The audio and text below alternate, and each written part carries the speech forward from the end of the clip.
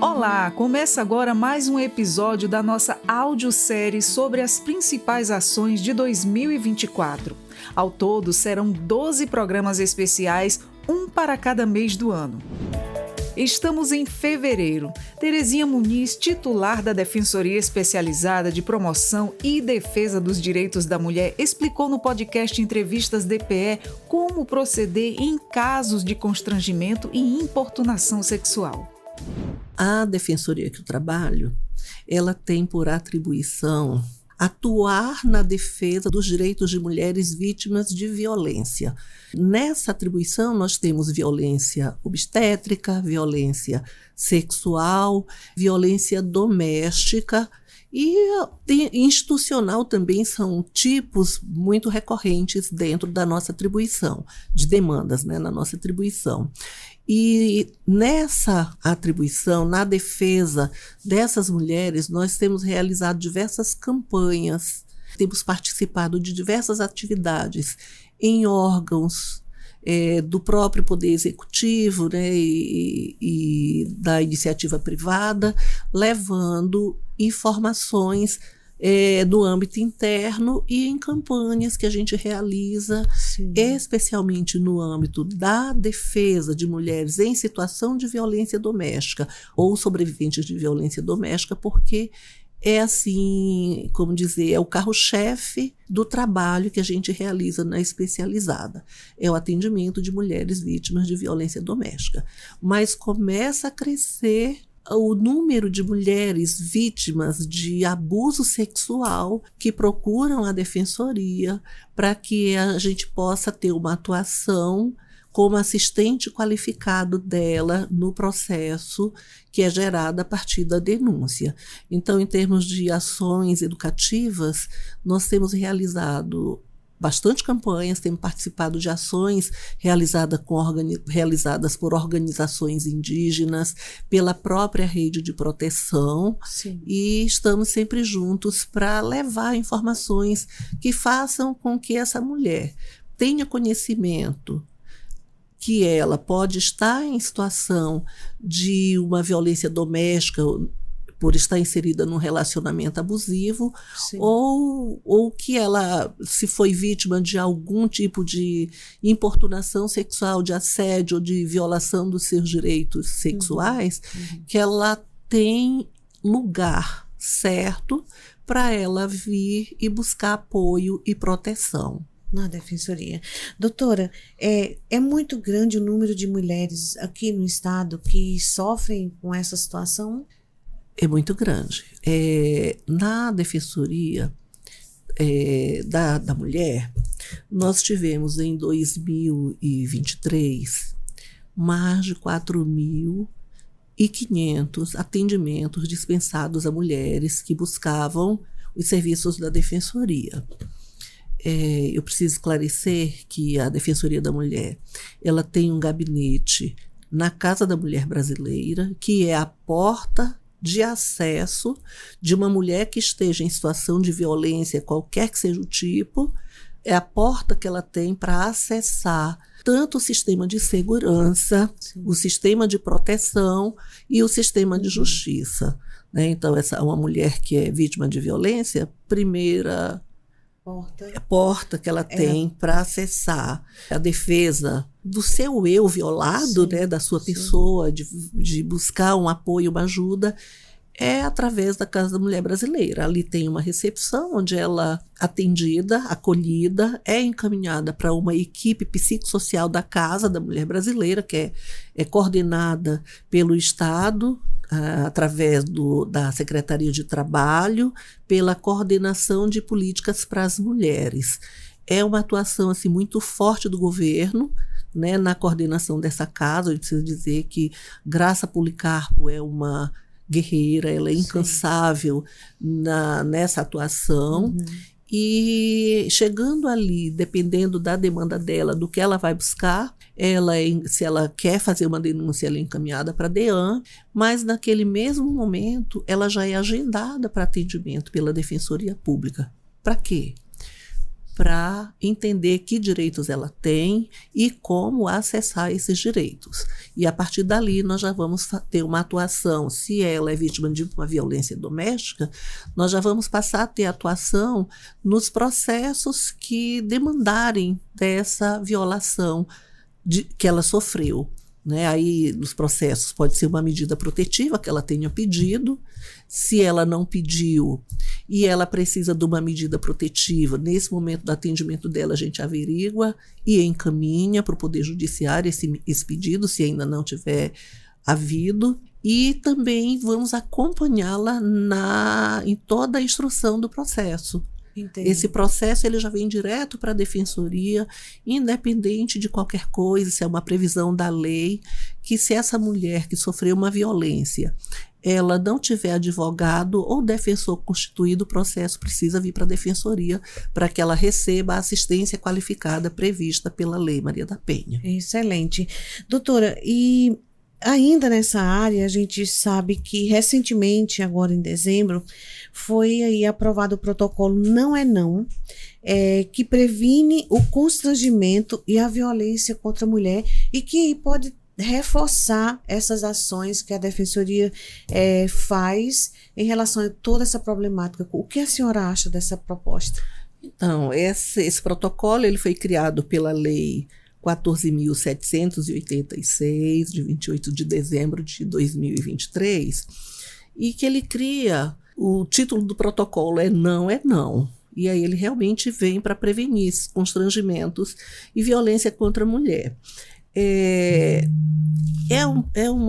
muito importante a criação, né, porque ele vem para mais ou menos regulamentar as campanhas que já existiam, que já eram realizadas pela Rede de Proteção à Mulher, né, que é patente quando você, somente no carnaval, sobressai mais a questão do não é não, quando vários órgãos se reúnem, prefeituras, estados, municípios e tudo mais, né, e órgãos da Rede de Proteção, para trabalhar a campanha Não é Não.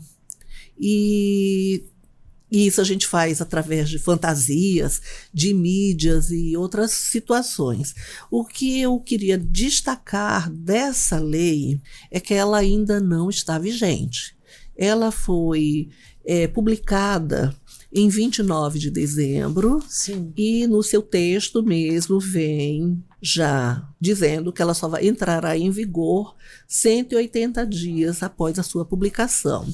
Mas é importante a gente saber que é uma lei que é destinada à proteção da mulher, né?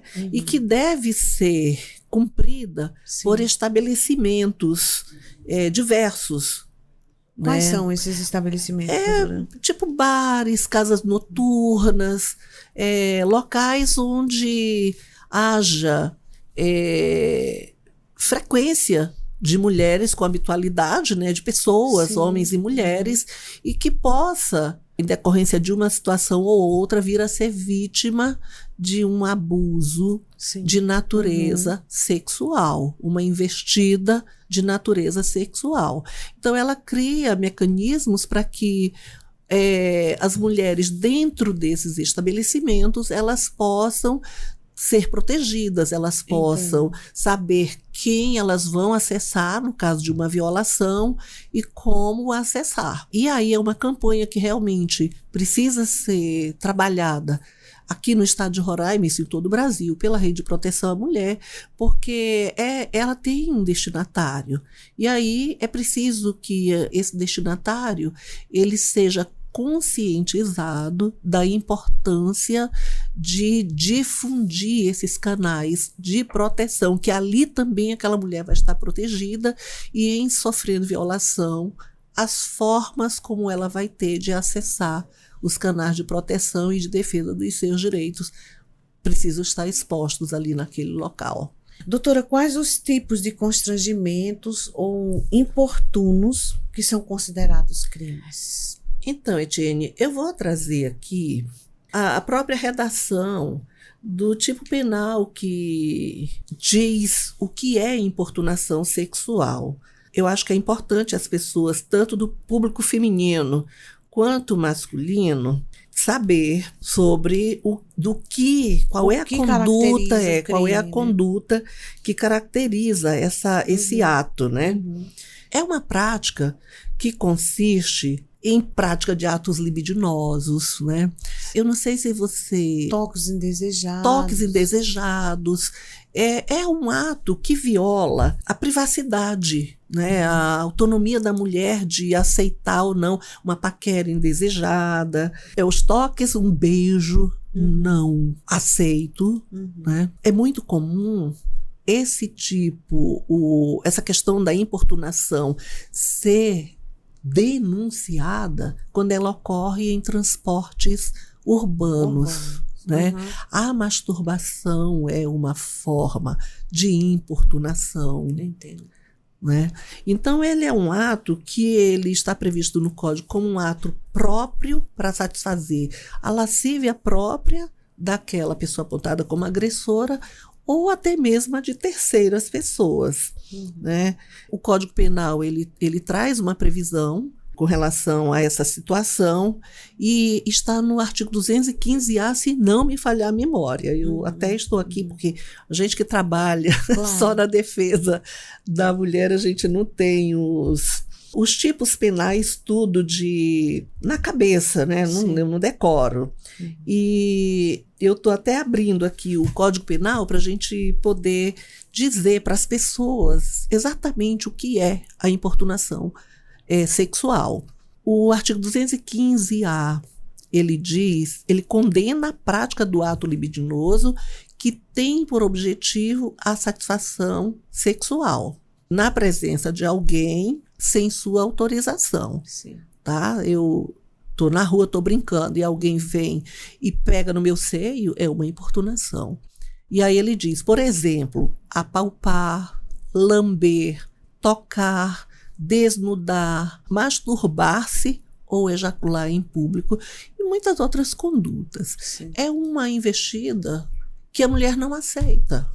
Tá? E no momento que ela diz não, se houver uma conduta para praticar o ato, aí ela já pode procurar uma delegacia se ela identifica aquele agressor, né? E registrar um boletim de ocorrência. A senhora poderia falar sobre as penalidades para o agressor? Não tem... Essa é uma tipificação do Código Penal que eu confesso para você que eu não atuo em área penal, então eu não sei te dizer, mas se eu não estiver enganada, a pena é de 1 a 5 anos para uma pessoa que venha a ser condenada, acusada de uma importunação sexual. Tá? Mas assim, posso estar enganada com relação ao quantitativo de pena. Mas se eu não tiver esquecida, é de 1 a 5 anos. Entendo. Doutora, e falando em importunação, nós estamos às vésperas do Carnaval, né, que é uma grande festa popular, festa de rua, e a tendência é as pessoas intensificarem as brincadeiras, a bebida, e certamente nessas ocasiões acontece um pouco mais de casos, né? O que a população, ou que a mulher que for, vamos dizer, constrangida, pode fazer nos casos de abusos ou investidas indesejadas? Se ela não aceitou a investida, se ela considera que sofreu um abuso, ela deve procurar a Casa da Mulher Brasileira, independente do dia e horário em que esse fato ocorra. Por quê? Porque ali na Casa da Mulher Brasileira, por mais que a gente ainda, infelizmente, não tenha uma delegacia da mulher funcionando 24 horas, mas a Casa da Mulher Brasileira funciona 24 horas, tem equipe de plantão que vai receber a mulher que foi agredida, vai fazer o acolhimento dela e vai conduzi-la para o plantão central se ela pretender fazer uma denúncia. Isso se esse fato ocorrer num final de semana ou mesmo num dia normal após as 18 horas, né, um dia normal da semana, após as 18 horas, mas se ocorrer em final de semana, feriado, alguma coisa nesse sentido, ela pode procurar a Casa da Mulher Brasileira, que dali ela vai ser encaminhada para o órgão do sistema de segurança que vai registrar o boletim de ocorrência dela. Então, sendo carnaval ou não, no caso de importunação sexual, o que a mulher deve fazer é procurar a Casa da Mulher Brasileira. Procurar a Casa da Mulher Brasileira, chegando ali na recepção, relatar que sofreu abuso, que ela identifica o seu agressor, é importante, porque se ela vai registrar um boletim de ocorrência, ela precisa indicar quem praticou aquele fato, para poder vir a investigação e, em posterior, se houver um relatório pelo encaminhamento de uma ação, o encaminhamento do processo para o Ministério Público para oferecimento de denúncia, oferecimento ou não de denúncia, né? Reitero, volto a dizer que a Casa da Mulher Brasileira, ela funciona 24 horas. As pessoas fazem muita confusão com o funcionamento da casa e dos órgãos que estão ali dentro, que nenhum funciona 24 horas, nem a Defensoria, e nenhum vírgula, vou já explicar. Sim. Nem a Defensoria, nem o Ministério Público e nem o Poder Judiciário que está ali, que todos têm atribuição com relação à mulher, esses órgãos não têm funcionamento dentro da casa 24 horas. Mas todos esses órgãos, e inclusive em relação à DEAN, para quem sofre uma violência doméstica ou uma violência de natureza sexual, alguma outra, que precisa de uma medida protetiva, a DEAN, ela funciona 24 horas todos os dias, certo? A DEAN, ela não tem funcionamento 24 horas apenas para a questão que envolve as pessoas presas em flagrante delito. Se a prisão ocorrer após salvo engano, às 13h30, diária, essa pessoa ela vai ser conduzida para o plantão central e ali vai ser lavrado o flagrante, certo? Mas para pedidos, solicitações de medidas protetivas, que é um instituto que existe dentro da Lei Maria da Penha e que ele visa a proteção mesmo da mulher, ela vem, é um instituto que trata do que pode ser concedido em favor da mulher para impedir que ela sofra novas agressões ou novas investidas da pessoa que ela aponta como agressora, né? E se ela precisa de uma medida protetiva para manter o seu agressor longe dela, sem mandar mensagem, sem atentar contra a sua integridade física ou psicológica, né, ela vai poder acessar 24 horas a Casa da Mulher Brasileira e, por consequência, a DEAN. Só em alguns casos só no caso de flagrante que não vai ser lavrado na DEAN, mas mesmo assim ela vai acessar a Casa da Mulher Brasileira. No que diz respeito à Defensoria e Ministério Público e Judiciário, esses órgãos têm plantão. Defensoria, a partir das 18 horas de sexta-feira até as 8 horas da segunda, em finais de semana, e também em feriados, em dias de feriados, tem plantão. Esse plantão ele é amplamente divulgado nas redes sociais da Defensoria, certo? O atendimento pode ser presencial da pessoa que precise acessar a Defensoria no regime de plantão e é realizado lá na sede criminal da Defensoria, que eu realmente não sei o nome da rua, sim, mas é próximo do Fórum Criminal e se de repente a pessoa precisar pegar um veículo para ir lá, utilizar um Uber, por exemplo, se botar Defensoria Criminal, vai chegar lá, né? Como endereço. No Jornal Defensoria no Ar, falamos sobre o procedimento reparatório em concurso público. Os candidatos ao cargo de delegado da Polícia Civil solicitaram a ampliação do número de vagas no cadastro de reserva no concurso público da instituição. Eles alegam que a última prova para delegados ocorreu há mais de 20 anos, gerando defasagem no quadro de profissionais. Afirmaram ainda que o número de profissionais em atividade é menor do que em 2004, e muitos devem se aposentar em breve. Para tentar reverter essa situação, os candidatos buscaram a DPE. É o que explica a defensora pública Paula Regina, integrante do Grupo de Atuação Especial. Quando o edital saiu, havia uma limitação do cadastro de reserva para todos os cargos. Durante o certame, em razão da movimentação desses candidatos aprovados para concurso de agente, de perito, aqueles outros cargos que não de delegado, foi tomada a decisão de que se ampliasse esse cadastro de reserva, porque a rotatividade no cargo é grande, podem ser criados novos cargos ao longo aí da validade do concurso. Então, para que se atendesse aí futuras demandas, esse cadastro foi aumentado. Em relação ao cargo de delegado de polícia, não foi adotada essa saída de ampliação do cadastro de reserva. Segundo a defensora pública Paula Regina, a partir do momento que um grupo de pessoas com demanda procura a defensoria, o primeiro passo é tentar buscar solução amigável extrajudicial. Então, a gente expediu uma requisição, estabelecendo ali uma conversa com a delegada geral de polícia, para que ela possa explicar os motivos, né? E a gente ali fazer uma intermediação e sugerir que seja também aplicado o mesmo entendimento em relação aos aprovados do cargo de delegado. Não há ação judicial, tanto do caso do concurso da polícia, quanto da Companhia de Águas e Esgotos, a gente ainda está no âmbito extrajudicial. O grupo de atuação já encaminhou ofício solicitando informações à Delegacia Geral da Polícia Civil de Roraima e à Secretaria de Gestão e Administração. O prazo de resposta é de 10 dias a partir do recebimento do documento. Narração, Eduardo Fred.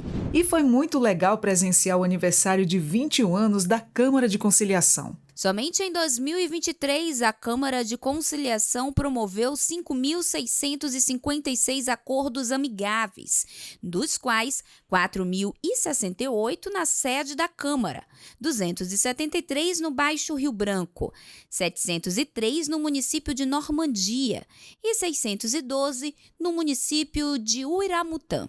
A assessora jurídica Bianca de Matos lembra que durante os 5 anos de dedicação ao órgão, cresceu profissionalmente e principalmente como ser humano. E a partir do momento que a gente os acolhe, às vezes a gente nem consegue resolver a situação, apesar de sempre ser o nosso intuito, né? O nosso objetivo é sempre tentar resolver. Mas às vezes só por ter acolhido, por ter conversado, né, a pessoa já se sente bem, né? Então, assim, a gente sempre procura atender muito bem, conversar com as pessoas, ver ao máximo o que a gente pode fazer pelo outro, né? E jamais alguém sai da Câmara de Conciliação sem ser atendido. Há 2 décadas, Graziele Zevazoni atua na Câmara de Conciliação e afirma que considera o setor como segunda casa. A Câmara de Conciliação, ela consegue resolver os problemas das pessoas muito rápido. Eu costumo dizer que uma pessoa chega ali cheia de problemas, vai para a nossa salinha de conciliação, ela sai dali com praticamente tudo resolvido em tempo recorde. Então, é de extrema importância o trabalho da Câmara de Conciliação para a população em geral, principalmente para os mais necessitados, que não têm condições, né, de pagar um advogado particular. E pode ter certeza que quando chega ali é muito bem recebido e a gente vai fazer de tudo para tentar resolver o problema da pessoa, para que a pessoa saia dali satisfeito e sem aquela carga de problema nas costas. A programação de comemoração segue até o final de fevereiro, onde será lançado o programa Mediando Caminhos. Lembra a defensora Elceni Diogo. É uma forma que a Câmara de Conciliação encontrou de permitir que os reeducandos e seus familiares tenham acesso à justiça para resolver as suas questões do direito de família, né? As questões de guarda, de reconhecimento de paternidade, de dissolução de união estável, de declaratória, de divórcio. Então, esse é o caminho que eles terão para resolver essas demandas. E vale lembrar, a Câmara de Conciliação atua e desempenha papel crucial na promoção da justiça e na construção de acordos amigáveis. Narração, Lana Francis. Após algumas tentativas de golpe, as defensoras Terezinha Lopes e Elciane Viana estiveram no estúdio da Web Rádio Defensoria e explicaram que não existe cobrança para os atendimentos da Defensoria. Porque devemos nos preocupar e alertar a população, especialmente os nossos assistidos, que são pessoas simples, que nem sempre vão se atentar que estão sendo vítimas de uma tentativa de golpe. E a questão é, a Defensoria não cobra desses assistidos nada, nenhum tipo de taxa. A Defensoria, inclusive, possibilita, assim, quando o processo já acabou, quando é numa situação em que ele vai receber dinheiro, vai receber alguma indenização o dinheiro para a fazenda pública, por exemplo, exemplificando, ele recebe em verbas trabalhistas quando ajuiza uma ação de cobrança de verbas trabalhistas, caso ele tenha sido exonerado do serviço público e não tenha sido pago essas verbas. Mas na hora que ele vai receber essas verbas, ele não recebe através da defensoria, ele vai receber numa sede própria, com alvará com alvará de saque, mas é lá no cartório do fórum. Então, jamais a defensoria vai chamar essa pessoa por telefone e vai informar que ele ganhou uma ação e que ele tem que assinar algum papel ou que para receber ele tem que despender alguma quantia do bolso. Isso nunca acontece. Eles sempre serão chamados e alertados, são orientados de forma individual, cada caso, com as suas peculiaridades, ele será orientado a como proceder para receber esse dinheiro. Então, jamais, e isso é importante que seja bem frisado, a defensoria não vai fazer contato para dizer, venha receber em tal lugar, mas para receber você precisa pagar uma taxa X. Não existe isso. As pessoas precisam ter essa noção, ou ser orientadas e ter essa consciência, e na hora que elas sofrerem esse tipo de golpe, essa tentativa, contate imediatamente com a defensoria, com o gabinete no qual ela está sendo atendida, porque existe aquele telefone institucional, e esse telefone também não vai aparecer a imagem de ninguém do gabinete, vai aparecer a imagem, o logotipo da instituição defensoria. Claro. Certo? Então, se houver essa tentativa, imediatamente ligue para aquele número, faça um contato, peça esclarecimento, ou venha até presencialmente, que nós estaremos sempre abertos a fazer os esclarecimentos e a tirar quaisquer dúvidas a respeito dessas tentativas, Exatamente. Amigos internautas, eu vou explicar para vocês agora nesse momento. É porque nesse universo de possibilidade de golpes que infelizmente atinge a população no ano de 2024, a Defensoria Pública sofreu algumas tentativas de golpe. Mas, felizmente, nenhum assistido caiu em nenhuma iniciativa de má índole. Foi exatamente isso que aconteceu, né, doutora? Assistidos buscaram se informar e receberam toda a orientação necessária e não caíram no golpe. Exatamente. Recentemente eu fui surpreendida com essa informação, com a chegada de 2 assistidos no mesmo dia, informando que teriam recebido mensagem via WhatsApp, e nessa mensagem era uma foto minha, no perfil, uma foto que eu nem uso, o perfil do meu WhatsApp, que eu uso regularmente, informando que estariam ali porque queriam saber até quando poderiam efetuar um pagamento que nessas mensagens vinha sendo cobrado. Uma taxa, inclusive, eu vou do Receita Federal, que não tem nada a ver com nossa atuação, e cobrando um valor assim absurdo, E só que foi a pessoa, lógico, que os nossos assistidos, o patamar é até 3 salários mínimos, que é o nosso patamar de atendimento.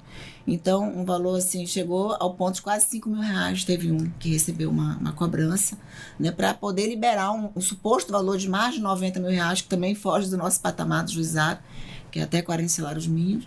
Teria que efetuar esse pagamento, desse valor, dessa quantia avultante. E, lógico, o assistido, que é o do nosso perfil, ele não tem condição de pagar um valor de custas, de qualquer taxa, num valor de quase R$5.000.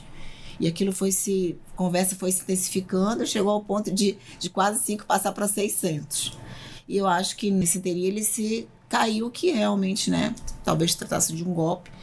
E disse que não tinha todo o valor, que a pessoa pedia, então, para conseguir pelo menos R$1.000, para poder liberar de imediato, com 40 minutos a pessoa receberia. E realmente era um assistido meu, Então, preocupa que era um assistido meu. Então, são pessoas que têm acesso aos nossos processos e que chegam passam essas informações para essas pessoas que tentam, ludibriar os nossos assistidos. Então, ele foi até meu gabinete, e informou, perguntou se realmente até quando que teria que efetuar o pagamento. E, por sorte, né, não chegou a efetuar nenhum valor, né, nem o valor que ele tinha na ocasião, lá da conversa. Inclusive, passaram uma chave Pix já para ele depositar o valor que ele tinha em mãos, e a pessoa não depositou. E aí, a gente, quando recebeu, fiquei muito surpresa, fiquei muito preocupada. A primeira medida foi realmente fazer um registro de boletim de ocorrência, fiz via virtual, mas entrei em contato com a nossa corregedoria, né, e aí fui informada que isso já tinha sido tentado também ano passado, inclusive com a colega aqui presente, com outros colegas, e a gente ficou preocupado, e por essa razão que a gente está aqui para dar esses esclarecimentos e reiterar o que a doutora Terezinha falou, né, que não existe esse tipo de possibilidade de cobrança de qualquer valor, até porque o nosso patamar é até 3 salários mínimos, e a pessoa, além de ela não efetuar pagamento de qualquer honorário, né, ela não efetua pagamento de nenhuma custa. E o recebimento, inclusive, é direcionado diretamente ao assistido. Ele vai até o balcão, depois que é informado que saiu, né, o alvará, ele levanta, ele leva o seu documento. Então, não existe esse contato de dinheiro da defensoria, nem quando sai o valor que a pessoa tem para receber naquela ação. Até porque é importantíssimo a gente lembrar, ressaltar que o atendimento da defensoria é gratuito. Exatamente. É gratuito, não existe nenhum tipo de cobrança. Então, a gente vai bater nessa tecla várias vezes aqui no decorrer da nossa conversa. Inclusive, aconteceu também com a senhora, não foi? Como é que foi essa situação? Sim, comigo não houve essa exigência de pagamento. Eu acredito também que eles estavam iniciando ainda.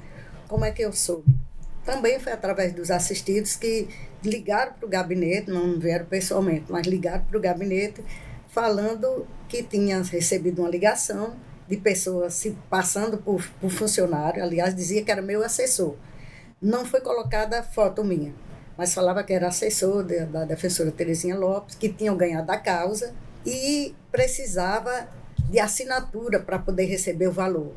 E tinha que ser logo, porque ele já estava lá ele falava que estava no tribunal. Nem falava que tribunal, só falava que estava no tribunal com os papéis, falava desse jeito, estou com os papéis aqui em mãos e você precisa comparecer rápido para assinar e poder o dinheiro ser liberado.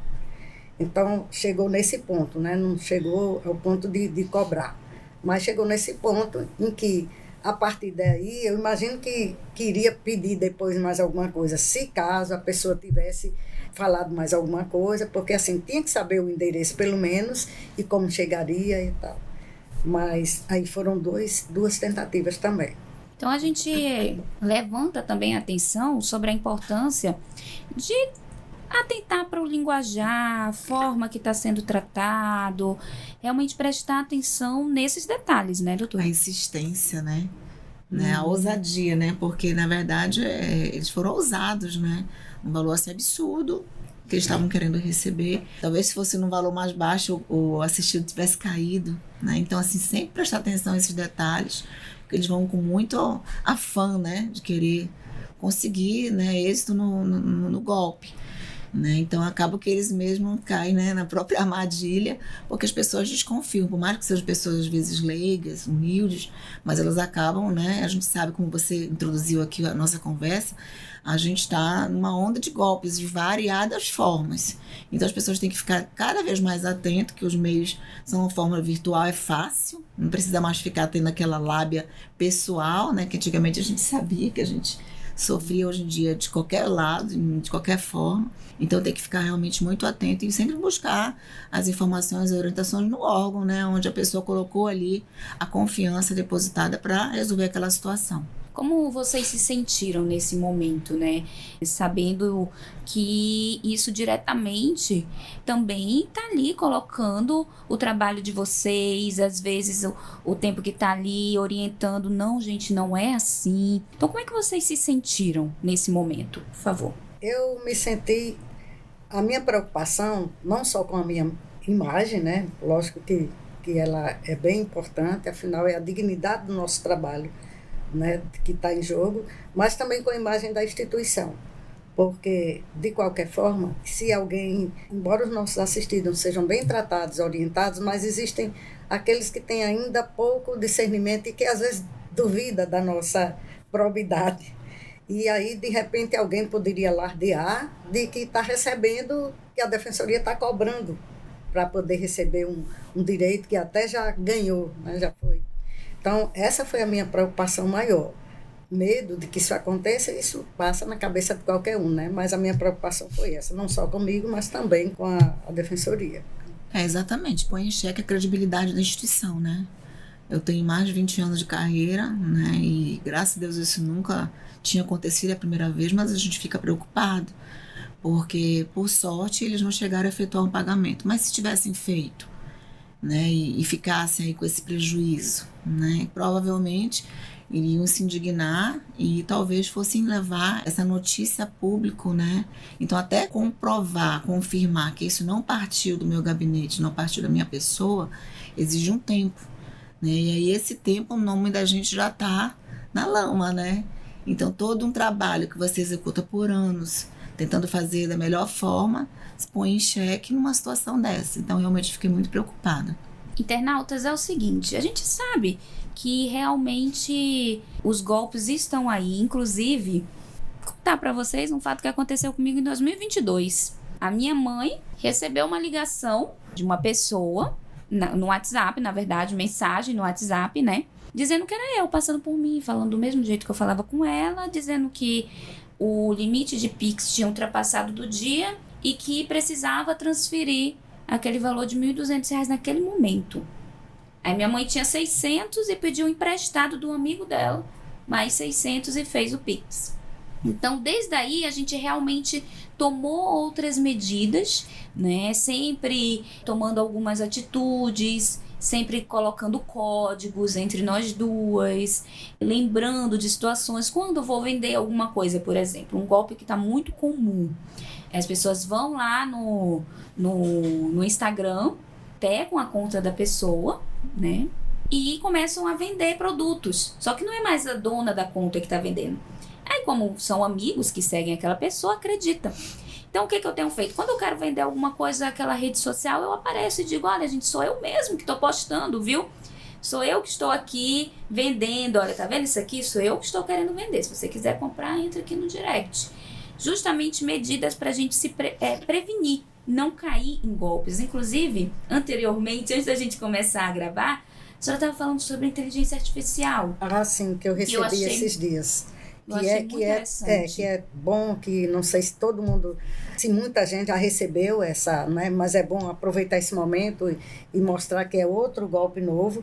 Eles colocam a foto da pessoa e até a voz e fazem chamada de vídeo para parentes ou para familiares ou para amigos também se fazendo passar por essa pessoa. E essa daí é bem fácil de cair, porque assim, se a sua foto e a sua voz, né, é fácil de cair. Mas o que a delegada, era uma delegada que estava orientando de como é que você pode se prevenir e não cair, e não ser vítima dessa situação. Ela orientou que a gente criasse entre os familiares senhas. Que tipo de senhas? Você perguntar da pessoa, lembra aí do nome do nosso cachorrinho? O meu cachorrinho mais velho, qual é o nome dele? Tu lembra que o meu vizinho da esquerda? Qual é o nome? Tu tá lembrada do nome dele? Então, senhas que só vocês sabem, que que não haja possibilidade de você ter mostrado em redes sociais para a pessoa também não te ludibriar, não te enganar, né?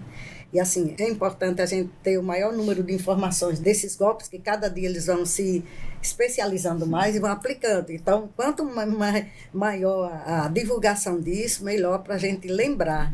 Porque assim, é muito fácil, a gente estando num dia atribulado, a gente receber e cair rapidinho, né, nesse golpe e passar dinheiro. Eu queria até fazer também um comentário de um que estava acontecendo muito no ano passado, que é as pessoas anunciarem alguma venda de algum bem, né? Uma motocicleta, por exemplo, que foi o que aconteceu mais lá no meu núcleo, né? Pelo OLX. E aí as pessoas veem aquele anúncio e é uma pessoa realmente que coloca, só que elas pegam a mesma foto e criam outro anúncio. E aí a pessoa acaba que cai, porque ela coloca um preço menor, e a pessoa vai e compra daquela outra pessoa que não é proprietária realmente, que tinha inicialmente anunciado.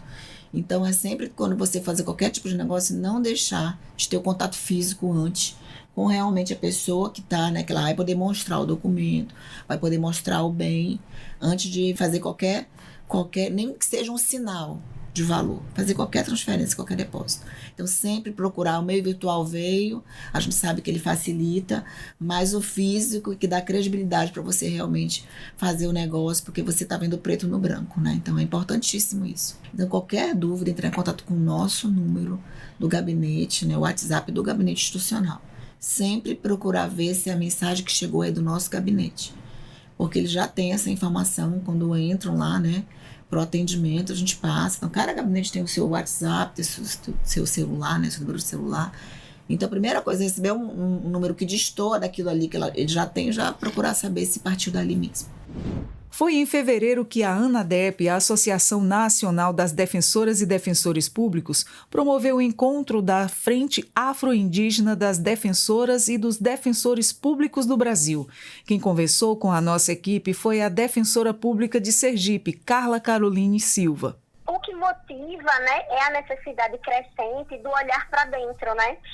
A Defensoria Pública no Brasil todo, né, de norte a sul, ela busca, né, empreender atividades para o enfrentamento do racismo estrutural no Brasil, que vitimam pessoas negras e pessoas indígenas. E aí, nesse exercício, né, do prestar o serviço público voltado à atividade dos direitos humanos, a Defensoria Pública vem fazendo um papel do olhar para dentro, que é o olhar sobre si no que diz respeito ao enfrentamento das questões de racismo institucional, né, buscando políticas públicas institucionais para o enfrentamento, né, desse mal que acomete o nosso país ainda nos tempos de hoje, né? Então, assim, o encontro visa compartilhar experiências através das defensorias públicas do Brasil todo e fomentar o que a gente chama de aquilombamento, né? Que é o encontro das defensoras e defensores públicos negros e indígenas para que tenham uma consciência racial, um letramento racial, para que possa empreender dentro das suas atividades institucionais um agir conforme os direitos humanos para que a gente possa, né, desempenhar perfeitamente o nosso papel, que é de enfrentamento às desigualdades sociais.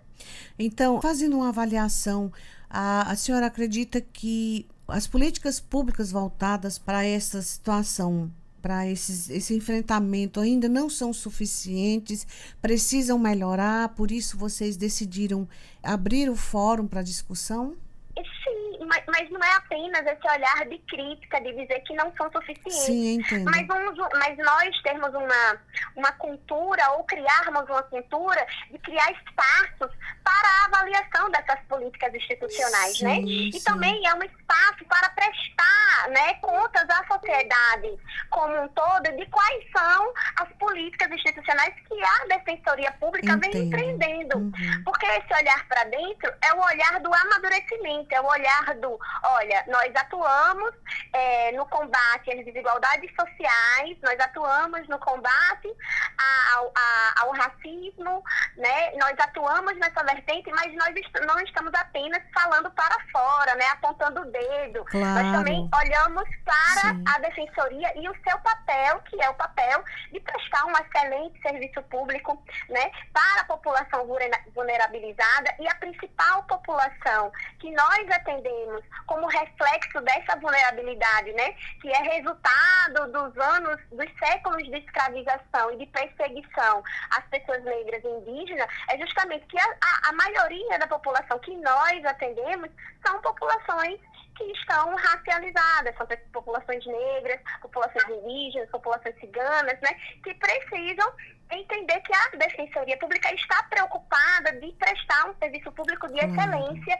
e de que está preocupada em amadurecer suas políticas públicas institucionais para cada vez mais prestar um serviço de melhor qualidade, com um olhar, né, de enfrentamento das desigualdades sociais e de fomento aos direitos humanos. Doutora Carla, o que seria, na prática, assim, sugerido no fórum para contribuir com a melhoria de vida dessas pessoas afro-indígenas? Então, primeiramente, o foco do encontro é a gente reunir o máximo que der de defensoras e defensores públicos negros, negras e indígenas, para que a gente demonstre para a população que nós atendemos que nós temos o olhar, né, dos nossos, que nós temos a cara dos nossos assistidos. Porque diante de um sistema de justiça onde a maioria são de pessoas brancas, muitas das vezes os assistidos, eles não sentem que nós fazemos parte, né, do segmento populacional que eles fazem parte, né? Não tem essa identificação, não tem essa representatividade. Então, primeiramente, é dar visibilidade à atividade, ao trabalho, ao desempenho das defensoras e defensores públicos negros e indígenas.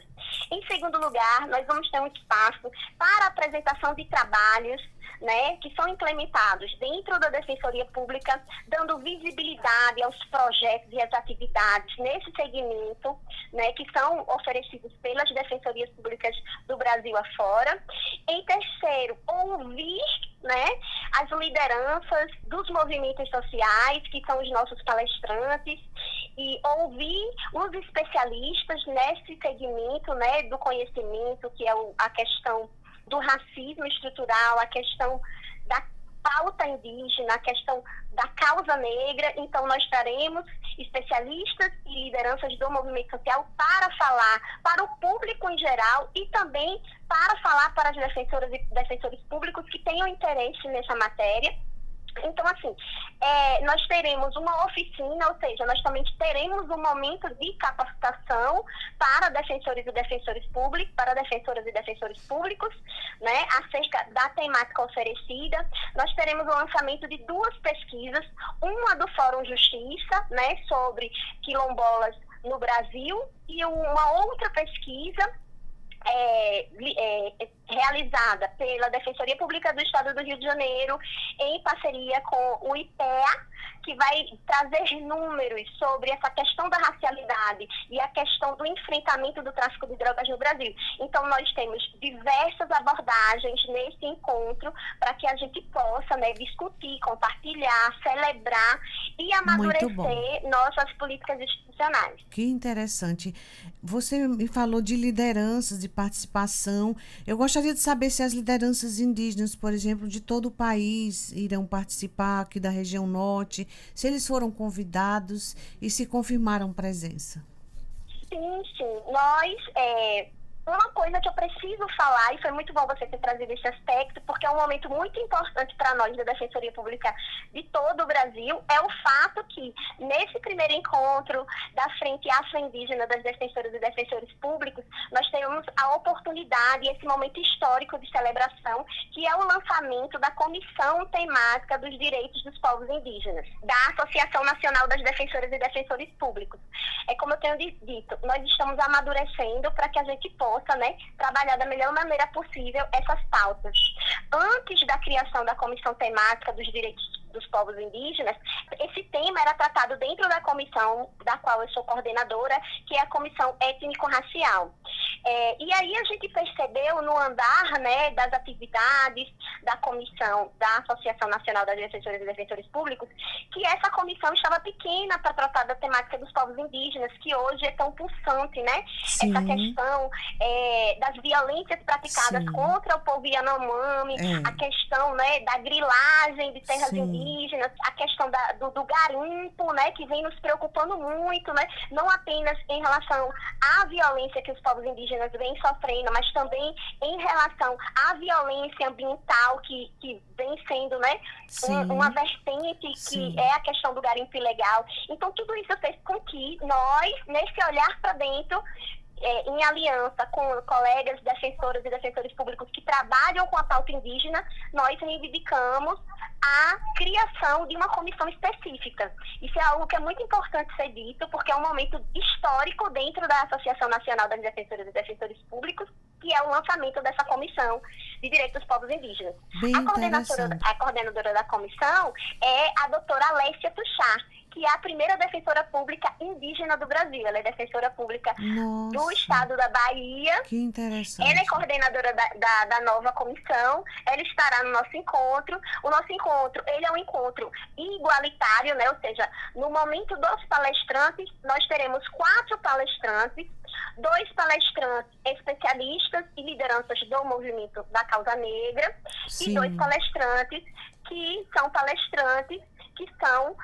especialistas técnicos, né, da causa indígena. Então, assim, é um encontro, quando a gente chama de afro-indígena, tanto a questão afro quanto a questão indígena tem o mesmo peso.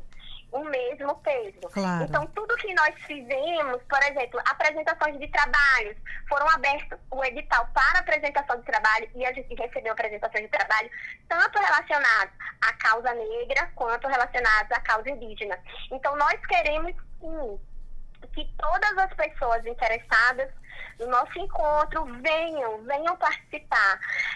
O encontro é das defensoras da frente, né? Afro-indígena, das defensoras e defensores públicos, mas o evento está aberto ao público em geral, para quem tenha interesse na pauta, para quem queira saber qual é o trabalho da defensoria na área, para quem queira ter contato com essas lideranças, entendeu? Para quem queira participar. Entendo, que interessante.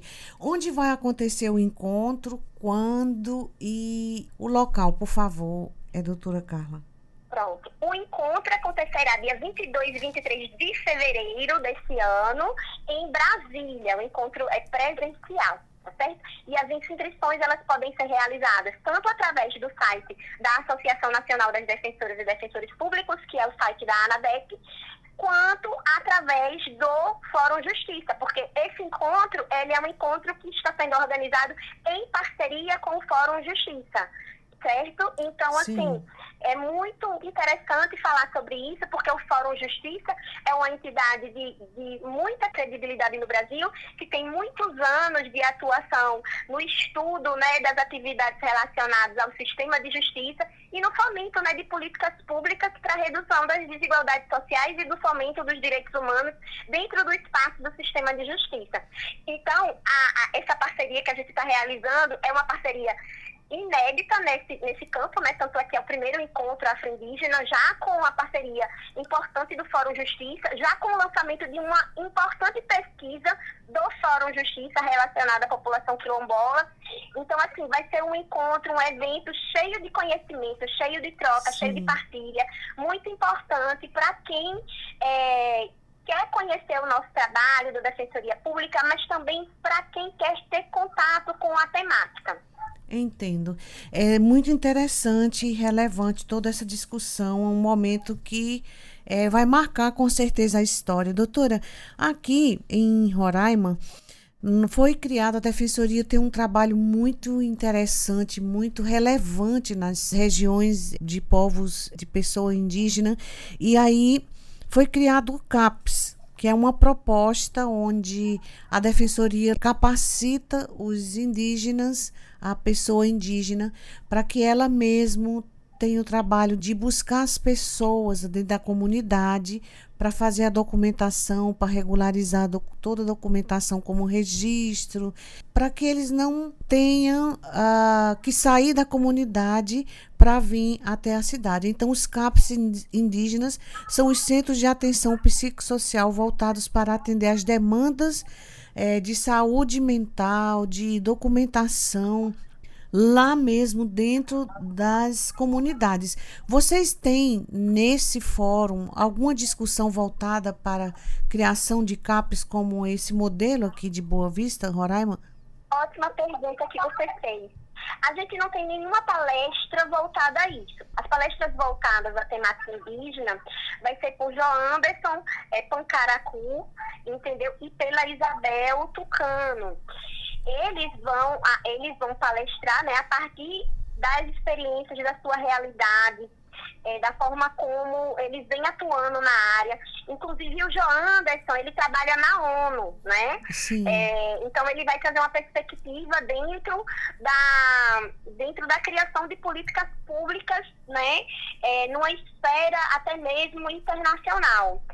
E a Isabel Tucano, ela é coordenadora do Levante pela Terra. Sim. Então, ela é indígena do Paraná e ela vai falar também dessa questão das articulações com o poder público no que diz respeito à garantia, né, e ao fomento dos direitos dos povos indígenas. Que interessante. Essa sua pergunta que tu traz, ela é super importante, por quê? Porque o prazo para a apresentação de trabalhos, ele se esgotou no dia 19 de janeiro, ou seja, sexta-feira passada. Foi. Nós ainda estamos analisando quais foram os trabalhos apresentados. E eu espero que esse modelo, né, de atendimento psicossocial à população indígena que existe aí em Boa Vista, ele esteja entre os trabalhos apresentados, porque isso é muito importante, porque os trabalhos que vão ser apresentados agora no nosso encontro afro-indígena, eles vão para um registro de análise. E nós esperamos que outros estados possam replicar essas experiências positivas. Então, tendo esse modelo de atendimento aí, se houve a inscrição, né, do trabalho da Defensoria Pública de Roraima, então vai ser uma oportunidade ímpar para que outros colegas de outros estados tenham contato com esse modelo de atendimento e que possa, né, a partir do exemplo da Defensoria Pública do Estado de Roraima, reivindicar que seja replicado em outros estados nos quais há necessidade de atendimento especializado a populações indígenas. Sim, exatamente. E tem sido um sucesso. A gente, inclusive, fez entrevistas com representantes das comunidades Uai-Uai, Uamiri e Atroari, que assim, estão maravilhados com a proposta, por eles mesmos terem sido capacitados e eles mesmos poder resolver, vamos dizer, os problemas das comunidades sem precisar de se deslocar para a cidade, deixar plantios, deixar familiares. E tem sido um sucesso essa proposta de trabalho do CAPS indígena aqui, que inclusive a proposta para 2024 é criar mais em outras comunidades, além do Uamiri, Atroari e Uai-Uai. Eu fico muito feliz em saber, e eu acho muito importante que a gente dê visibilidade a essas políticas públicas de atendimento especializado, porque a gente sabe que são necessidades únicas muitas das vezes, né? Sim. E a representação, a pessoa ser atendido por um servidor, né, que está ali na qualidade de servidor público, né, fazendo esse atendimento, essa função pública, a pessoa se espelhar, saber que aquela pessoa que está lhe atendendo conhece a sua cultura, conhece os seus costumes, que vai fazer o encaminhamento correto e adequado às suas necessidades. Isso é muito importante e seria primordial que políticas e modelos como esse fossem adotados em todo o Brasil, né? É o que a gente mais precisa, de modelos que deram certo para que a gente possa criar, né, um atendimento de excelência para a população mais vulnerável, que é o que vai trazer realmente efetividade no enfrentamento às desigualdades sociais. A gente vai poder ter um sistema eficiente de levantamento de dados estatísticos, tendo visto que a gente tem organização, tem sistema, tem mecanismos, né, que deram certo, para que a gente possa identificar até mesmo quais são as necessidades, as principais necessidades, quais são os principais problemas que atingem essas populações, né? Sim. Então, assim, um dos objetivos do encontro afro-indígena é a gente poder criar uma vitrine para essas políticas, que elas não fiquem, né, escondidas, para que elas não sofram um apagamento, né? E a gente sabe que muitas das vezes os apagamentos aos quais são submetidas essas boas ideias se dá muitas das vezes por um racismo ambiental, né? Por uma questão geográfica, né? Muitas das vezes uma política que está sendo bem implementada no norte, no nordeste, né? Ela não tem visibilidade no sudeste, no sul do Brasil, porque existe esse apagamento acerca do que está acontecendo nessas regiões que são tidas por periféricas no nosso próprio país. Muito bom. Doutora Carla, tem algo mais que a senhora gostaria de acrescentar na nossa entrevista? Eu acho que, assim, foi uma ótima entrevista. Muito obrigada pelo espaço, muito obrigada pelo acolhimento, né? Por vocês estarem empolgados com o nosso encontro. Eu fico muito feliz de fazer parte dessa iniciativa. Eu só quero deixar aqui o meu convite. Eu quero convidar todos e todas que puderem estar presentes no dia 22 e 23 de fevereiro, em Brasília, para prestigiar esse momento histórico, que é o lançamento da Comissão de Direitos dos Povos Indígenas, da Associação Nacional das Defensoras e Defensores Públicos, prestigiar esse momento histórico, que é essa parceria da ANADEP com o Fórum Justiça, o lançamento das nossas pesquisas, a apresentação das palestras, né?